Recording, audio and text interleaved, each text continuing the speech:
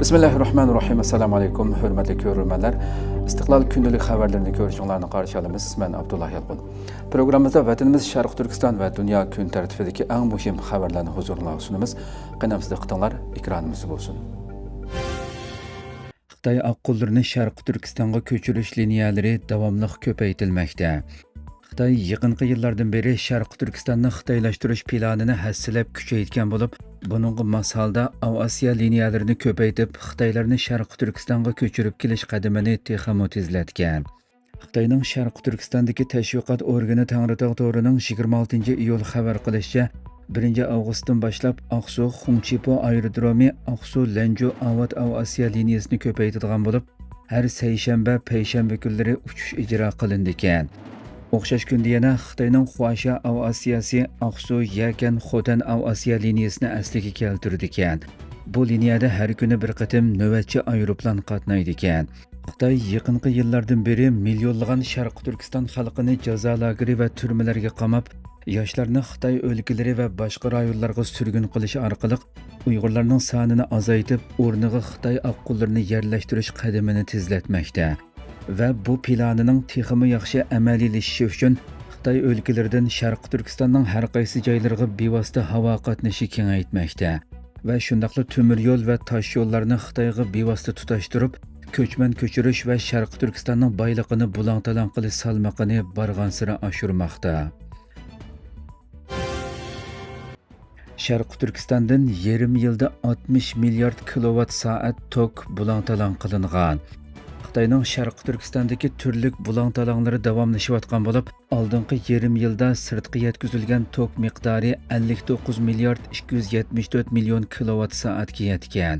Xitoy tashviqot organi Tangritog to'rining bugungi xabarida aytilishicha, oldingi yarim yilda Sharq Turkistondan sirtqi yetkazilgan tok miqdori 59 milliard 274 million kilovat soat bo'lib, kuniga o'ttir hisob bilan sirtqi yetkazgan tok miqdori 327 million kilovat soat bo'lgan. Buning ichida sirtqi yetkazilgan yangi energiyalik tok miqdori 21 milliard 174 million kilovat soatga yetib, sirtqi yetkazgan umumiy tok miqdorining 35,72%ni egallagan.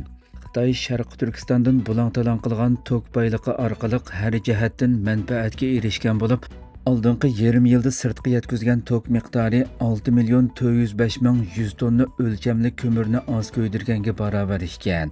İşğaliyet ostidagi Sharq Turkistondan chiqayotgan g'oyat zo'r boyliqlar Xitoyning iqtisodiy krizisi va energiya krizisini hal qilish uchun muhim o'rinda turayotgan bo'lib, bu sababli Xitoy bulang-talangning ko'lami turini davomli ko'paytmoqda.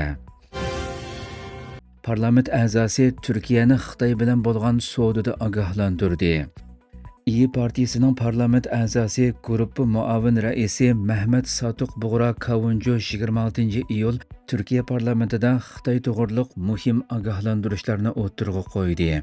Kavunjo Turkiyadagi Xitoy mablag'i va uning keltirib chiqarish ehtimolligi bo'lgan xavflarni Xitoy mablag'ining iqtisodiy foydasi bilan birga Turkiyaga elib keladigan siyosiy va ijtimoiy yomon ta'sirlari haqidagi andishalarini bildirgan. Hamda Turkiya hukumatini Xitoyning Turkiyadagi Sharq Turkiston da'vosi masalasida axborot vositalariga ko'rsatayotgan ta'siridan ogohlantirgan. U ogohlantirish so'zida monolarni bildirgan. Turkiyada Xitoy mablag' solg'uvchilariga qarata ishongusiz bir ig'ish bor. Masalan, avtomobil sanoati sohasida Xitoyning BYD shirkatiga Turkiyada mablag' selishiga ma'lum jihatda ilhom berildi. Albatta, Turkiyaga mablag' selish yaxshi ish. Millatchilik nuqtasidan undaq yoki mundaq tegili bo'lmaydi. İnşallah davlatimizga texmi ko'p mablag' solg'uvchilar kelsa yaxshi. Ammo bizning bir to'g'imiz bor. Davlatimiz bu sohada muvaffaqiyat qozonganda ham ijtimoiy taratqularda, ham nurg'un joylarda qarshi elib taqdirladik. Ajri singdirgan hammalarga rahmat aytgan holda bu xil yangilikning davomli o'tirg'a chiqishini umid qildik. Ammo navbatda mashina sohasida Xitoyga berilgan bu imtiyozlarda Turkiyaning to'g'iga solgan mablag'iga nisbatan cho'ng xavf mavjud. U so'zida yana faqat avtomobil sanoatida emas, boshqa sohalardami Xitoy mablag' solg'uvchilariga cho'ng yo'l ochilganligini, Xitoyning Turkiyada faqat savdo sohasida emas, balki axborot vositalaridami aktiv o'rinda ekanligini, Sharq Turkiston masalasi kun tartibga keltirilgan hamon ma'lum qalamkashlarning Xitoyning foydasiga maqola yozayotganligi, Turkiyada butunlay Xitoyga yoki Rossiya tarafga moyil bo'lib, yo'nalish o'zgartish ahvoli mavjud bo'layotganligini, buning strategik jihatdan nihoyat xatarli ekanligini ta'kidlagan. Kavunjo Shanxay hamkorlik tashkiloti haqida to'xtalib, bu tashkilotga a'zo davlatlarda qattiq assimilyatsiya siyosati mavjud ekanligini, axborot sohasining erkin emasligini, o'qituvchilarning erkin azodi so'zlayolmaydiganligini, bu xil Xitoy zihniyati Turkiya moyil bo'ladigan bir zihniyat emasligini qayd qilib o'tgan. U yana iqtisodiy jihatdan har qaysi davlat va sohadan kelgan mablag' solg'uvchilarga qarshi emasligini, ammo Xitoyga kelganda farqli muomala qilish kerakligini, Xitoy bilan qilinadigan har bir ish, har bir kelishimning nihoyat jiddiy holda astoydil muzokara qilinishi kerakligini, bo'libmi to'g'dak yerlik bir markani ishlab chiqarib, orqadan uning qarshisiga Xitoyning BYD markasini keltirishning to'g'ri emasligini bildirgan. Mehmet Kavuncu yana Sharq Turkiston masalasini tilga elib, Sharq Turkiston haqida biror gap qilinganda Turkiyadagi Xitoyning qo'l cho'moqchilarining harakatga o'tadiganligini, Xitoyning Turkiyadagi ma'lum axborot organlarini mablag' bilan ta'minlab kelayotganligini ta'kidlagan. Zelenskiy tinchlik uchun harakat plani tuzib chiqamiz dedi. Ukraina prezidenti Volodymyr Zelenskiy bu yil noyabr oyining oxirigacha Rossiya bilan tinchlik uchun bir harakat plani tuzib chiqadiganliklarini bildirdi. Zelenskiy Yaponiya NHK televiziya kanalining ziyoratini qabul qilganda Rossiya bilan davomlashayotgan urushga munosabatli o'zgarishlar ustida to'xtalib, urushning adil oxirlashishi uchun Ukrainani qo'llashning va Rossiyaga besim qilishning davomlashishi kerakligini ta'kidladi. U sabr, Ukrainani qo'llash va Rossiyaga diplomatik besim qilish urushning adil oxirlashishidagi muhim 3 omil. Amerika va Yevropa ittifoqi birlashib qo'llashni davomlashtirsa, besim paydo qiladi va Moskvaga hech qanday fursatning yo'qligini ko'rsatadi deganlarini bildirdi. U 2022-yildan tortib davomlashayotgan urushni muzokara yo'li bilan oxirlashtirish masalasi ustida to'xtalib, Rossiya Ukraina zaminlariga hujum qilishni davomlashtirgan ahvolda tinchlik chaqiriqlariga javob bera olmaymiz. Har qaysi davlatlar bilan Ukrainaning zamin butunligini tafsiliy muzokara qilish uchun uchrashishlarni boshlaymiz. Noyabrning oxirigacha bir harakat plani tuzib chiqamiz dedi. Isroiliya xalqi Netanyahuga qarshi namoyishlarini uzildirmay davomlashtirmoqda. Isroiliyaliklar butun mamlakat miqyosida yana namoyish o'tkazib, G'azza rayonida urush to'xtatishni, asirlarni almashtirish kelishimi tuzishni va Benyamin Netanyahu rahbarligidagi hukumatning iste'fo berishini talab qildi.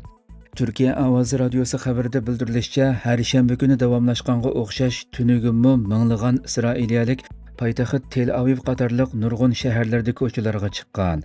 Minglagan kishi G'azzadagi asirlarni qaytarib kelish to'g'risida siyosiy irodaning parvosizligini va urushni boshqarish shaklini tanqid qilgan.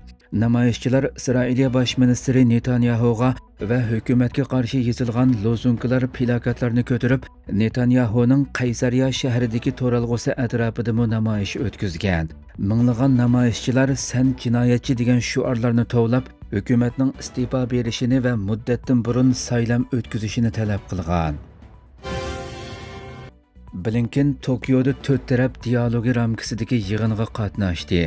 Xitoyning Hind-Tinch okean rayonidagi zo'migarlik harakatlari kuchayayotgan bir paytda Amerika tashqi ishlar ministri Antony Blinken 4 taraf dialogi ramkasida tashqi ishlar ministrlari saviyasidagi yig'inga qatnashish uchun Yaponiya poytaxti Tokioga yetib bordi va Yaponiya tashqi ishlar vaziri Yoko Kamikawa va Hindiston tashqi ishlar ministri Subrahmanyam Jaishankar bilan ko'rishdi.